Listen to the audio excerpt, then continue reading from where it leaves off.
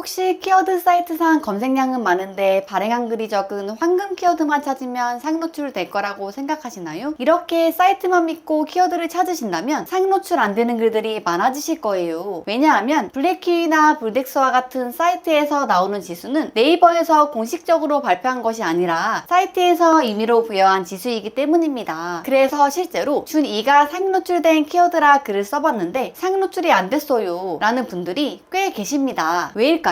내가 찾은 키워드로 상노출되기 위해서는 블로그 지수뿐만 아니라 얼마나 글을 자주 쓰는지, 그 키워드에 대한 글을 얼마나 많이 발행했느냐에 따라서도 실질적으로 점수가 달라지기 때문입니다. 오늘은 상노출할 수 있는 나만의 키워드를 찾는 방법에 대해 알려드릴게요. 이 영상 보시면 블로그 초보분들도 오늘부터 상노출하실 수 있을 거예요. 내가 찾고 싶은 키워드를 사이트에서 검색을 했을 때 검색량이 많은데 이 키워드로 작성된 글이 적다면 소위 말해 이를 황금 키워드라고 합니다.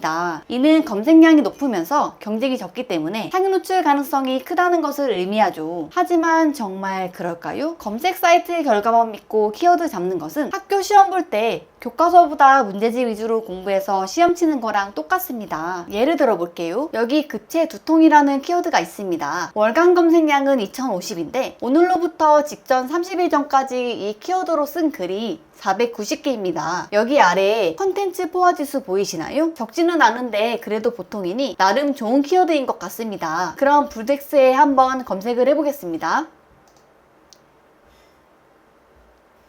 어떤가요? 준 1이 2등입니다. 아래 보시면 준 1보다 높은 지수의 글들이 많이 있습니다. 혹시 모르니 네이버 검색창에도 한번 급체 두통을 검색해 보겠습니다. 어떤가요? 결과가 같죠? 그렇다면 왜 이러한 결과가 나왔을까요? 블로그 상노출을 할 수 있는 키워드를 찾으려면 고려해야 될 요소가 많기 때문입니다. 물론 이러한 사이트에서 부여되는 블로그 점수, 즉 지수도 중요한 요소 중 하나입니다. 하지만 이외에 얼마나 이 블로그에 글이 많이 쌓여 있는지, 얼마나 자주 글을 작성하는지, 그리고 글을 발행한 지 얼마나 되었으며 무엇보다 급체 두통이라는 키워드에 관련된 글을 얼마나 많이 썼는지, 이러한 요소들이 상노출의 중요한 부분을 차지합니다. 즉 사이트에서 부여된 블로그 지수 외에도 얼마나 블로그를 활발히 활동하는지에 대한 활동성 지수, 이 키워드에 대해 글을 많이 작성했느냐에 대한 실행크 지수가 따로 있으며 이러한 지수에 대한 점수도 많은 부분을 차지한다는 것을 알 수 있습니다. 이해하시기 쉽게 직접 검색해서 보여드리겠습니다. 네이버 검색창에 급체 두통을 치면 이후에 뜬 블로그가 보이실 거예요. 여기 급체 두통에 관련된 글이 얼마나 있나요? 지금 눈에 보이는 것은 총 3개입니다. 그렇다면 직접 블로그에 들어가 보겠습니다. 여기에 직접 검색해 볼게요.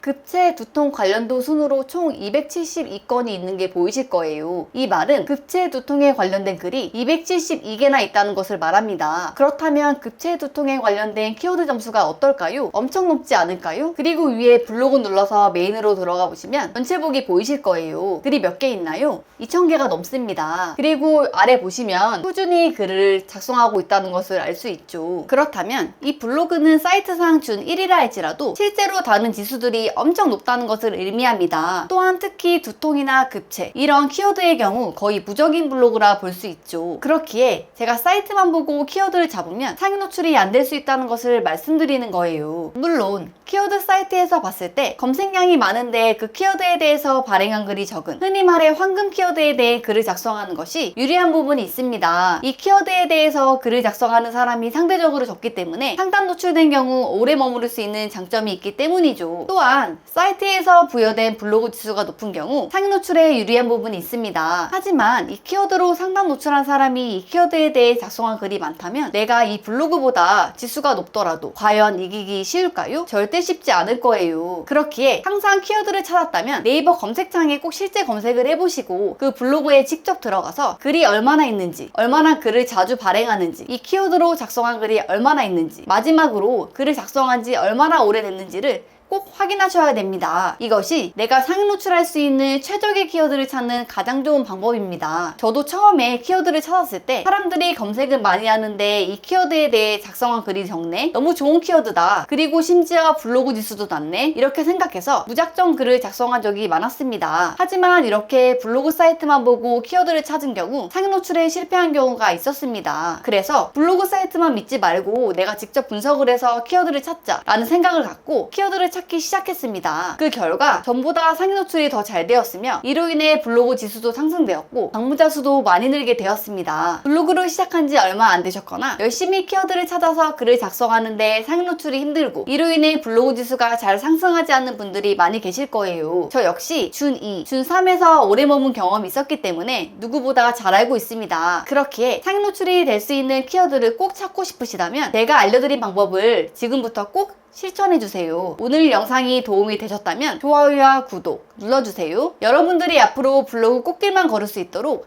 알차고 어디에서도 듣지 못한 내용을 다 알려드리겠습니다. 감사합니다.